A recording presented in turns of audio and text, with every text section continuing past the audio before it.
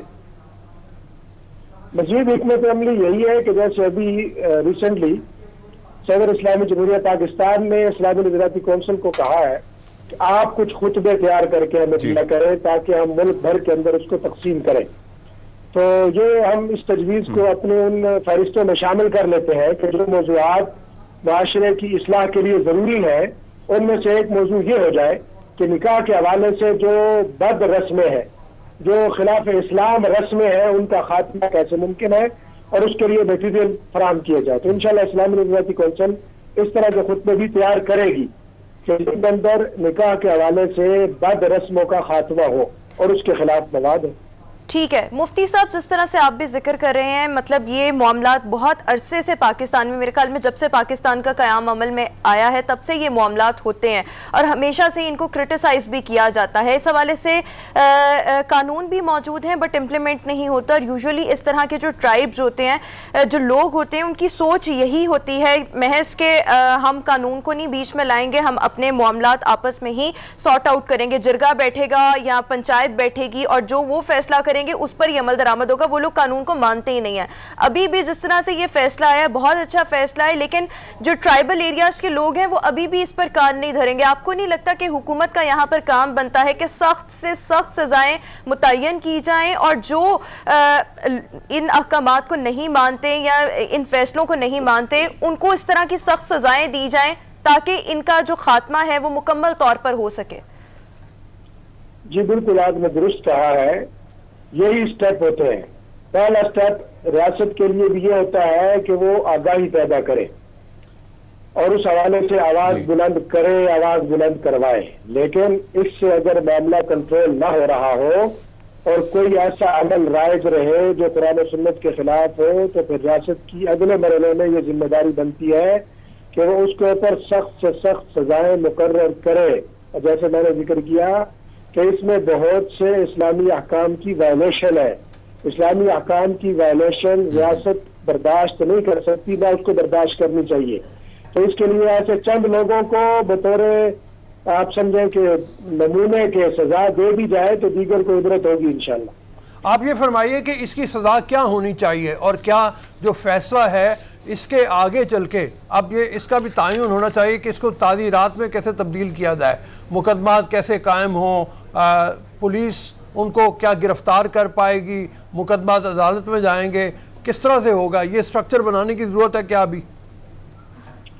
اسلامی نظراتی کونسل نے 2002-2003 میں تو یہ کہا تھا کہ جو قصاص دیت کے قوانین ہیں، چونکہ اس میں دیکھیں مسئلہ یہ ہوتا ہے کہ ایک قتل ہو چکا ہوتا ہے یا کچھ زیادہ قتل ہو چکے ہوتے ہیں، تو پہلے مرحلے میں تو یہ ضروری ہے کہ یہ جو قتل کے مقدمات ہیں یہ جرگے کے اختیار میں نہ ہو.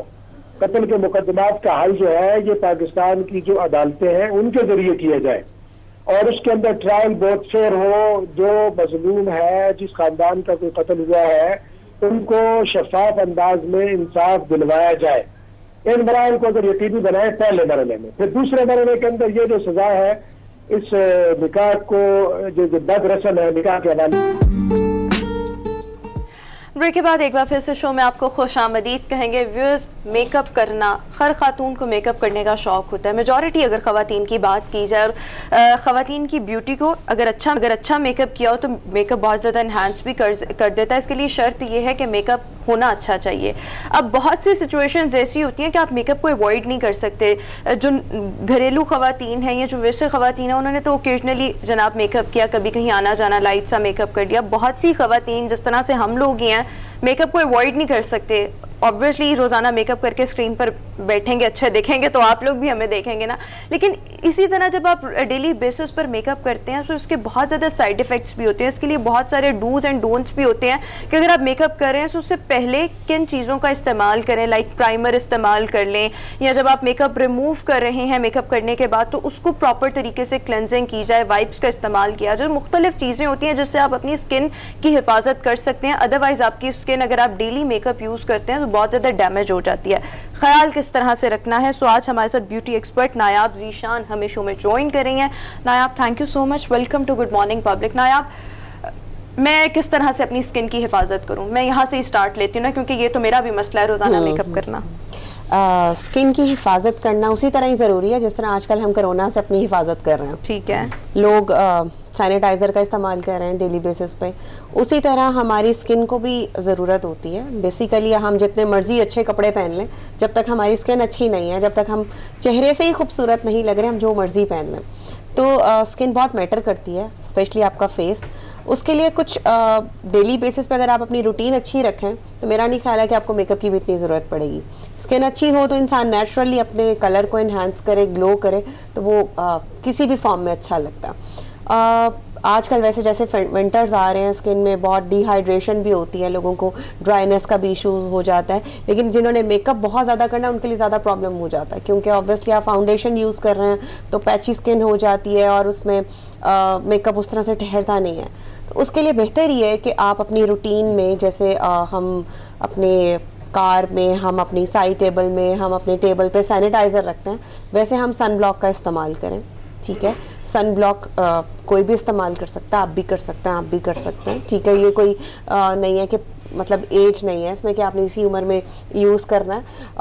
مارننگ میں اٹھیں، اپنا اچھا سا فیس واش کریں، ٹھیک ہے، جو آپ کی اسکن کے اکارڈنگ ہو، اور اس کے بعد آپ سن بلاک یوز کریں. سن بلاک لگا کے رکھیں، شام تک لگا کے رکھیں جب تک آپ کو ہے کہ سورج. اچھا، ایک تو جو میں نے آپ کی باتوں سے ابھی تک جج کیا، آپ کی کہہ رہی ہیں اپنی ڈائٹ اور وہ باڈی کو ڈی ہائیڈریٹ نہ ہونے دیں، ڈائٹ وغیرہ اچھی رکھیں تو آپ کی اسکن بہتر رہے گی. اسکن بہتر رہے گی تو آپ کو میک اپ کی زیادہ ضرورت نہیں پڑے گی. لیکن اب ہماری جاب ایسی ہے، کیونکہ میں تو یہ روز کرتی ہوں نا، تو مجھے تو اسی کے بارے میں جاننا ہے. سو اب میں نے روز میک اپ کرنا ہے اور میں میک اپ کو اوائڈ کسی بھی صورت نہیں کر سکتی. وہ بھلے ہلکا کروں، شارپ میک اپ کروں، برائٹ میک اپ کروں، میک اپ تو کرنا ہے. اب اس سے پہلے جیسے آپ نے سن بلاک بتا دی، میں صبح اٹھ کے سن بلاک لگا دوں. نارملی میری روٹین یہ ہے، میں اپنے میک اپ روم میں آتی ہوں، سو میں پرائمر یوز کرتی ہوں. سن بلاک کے اوپر پرائمر لگایا جا سکتا ہے؟ ہاں جی، بالکل لگایا جا سکتا ہے. آج کل سن بلاک بھی کچھ اس فارمز پہ نکل رہے ہیں، جیل فارم میں. اگر آپ وہ جیل فارم والا یوز کرتی ہیں تو اس کے اوپر آپ کو میرا خیال ہے پرائمر کی بھی ضرورت نہیں ہے. انفیکٹ میں نے اپنی بھی پروڈکٹس لانچ کرنے لگی ہوں، اس میں نے جو سن بلاک انٹروڈیوس کروا رہی ہوں وہ بھی اسی فارم میں، جیل فارم میں. تو میلز بھی یوز کر سکتے ہیں، فیمیلز بھی یوز کر سکتی ہیں. وہ جیل میں ہے، وہ لگا ہوا فیس پہ پتہ ہی نہیں چلتا، اور واٹر بیسڈ ہے. اس کے اوپر آپ میک اپ ایزیلی کر سکتے ہیں، آپ کو پتہ ہی نہیں چلتا آپ نے پرائمر لگایا ہوا ہے یا آپ نے سن بلاک لگایا. اچھا، اور پھر اس کے بعد میک اپ تو اب ہم نے کر لیا، اب اس کو ریموو کرنا ہے. اور میں نے خود یہ دیکھا ہے کہ جب آپ کلینزنگ کر کے میک اپ ریموو کرتے ہیں نا تو آپ کی اسکن بہتر رہتی ہے. بٹ اگر روز جس طرح ٹائم نہیں ہوا، وائپ سے ریموو کر لیا یا سمپل فریش پانی سے ہی منہ دھو لیا، تو وہ اس کے پھر آپ کو کچھ دن بعد ایکنی بننے لگ جاتی ہے، وائٹ ہیڈز بننے لگ جاتے ہیں. تو صحیح طریقہ کیا ہے؟ اب روز میک اپ ہو رہا ہے تو اس کو ریموو کرنے کا کیا طریقہ ہے؟ دیکھیں، روٹین آپ کو اپنی اسکن کے لیے تھوڑا سا ٹائم تو نکالنا پڑے گا. اگر آپ ڈیلی بیسس پہ آپ میک اپ یوز کر رہی ہیں، آبویسلی وہ ہارمفل ہے. اور اگر آپ کلینزنگ کر رہی ہیں تو بہت بہتر ہے. کلینزنگ کے ساتھ اگر آپ فیس واش کر رہی ہیں تو آئی ڈونٹ تھنک سو کہ یہ پرابلم کریٹ کرے گا. ہاں، اور آپ کا جتنا ڈیوریشن ہے آپ کی جاب کی یا آپ کی میک اپ کی، جتنی جلدی ہو سکتے ہیں اس کو ریموو کریں. اچھا ٹونر یوز کریں، ایکسفولیشن کریں ڈیلی بیسس پہ، کلینزنگ کریں، اور ایک اچھا سا نائٹ سیرم رات کو یوز کریں جو آپ کی یہ جو آپ نے جیسے سن بلاک کی بات کی، اس میں بھی بڑی وہ آتی ہیں، وہ ایس ایف فلاں، جی جی جی، ایس پی ایف 60 ہے، 80 ہے، 10 سے سٹارٹ ہو جاتا ہے. اس میں بھی کوئی مطلب ایک تخصیص ہونی چاہیے کہ کون سی ہونے چاہیے. نارملی وائٹامن ای کے ساتھ مطلب بہت زیادہ شاید مطلب استعمال کیے جاتے ہیں. ڈپینڈ کرتا ہے، وہ کمپنیز نے وائٹامن ای اسٹارٹ کر دیتے ہیں، وائٹامن سی ڈال دیتے ہیں. بیسیکلی ہمیں سن بلاک چاہیے. نارملی ہمارے لیے ایس پی ایف 60 ہمارے ایٹماسفیئر کے مطابق وہ نارمل اسکن کے لیے ہم ایس پی ایف 60 یا 40 to 60. اچھا، ویسے میڈم جس طرح آپ نے کہا، باقی آپ جی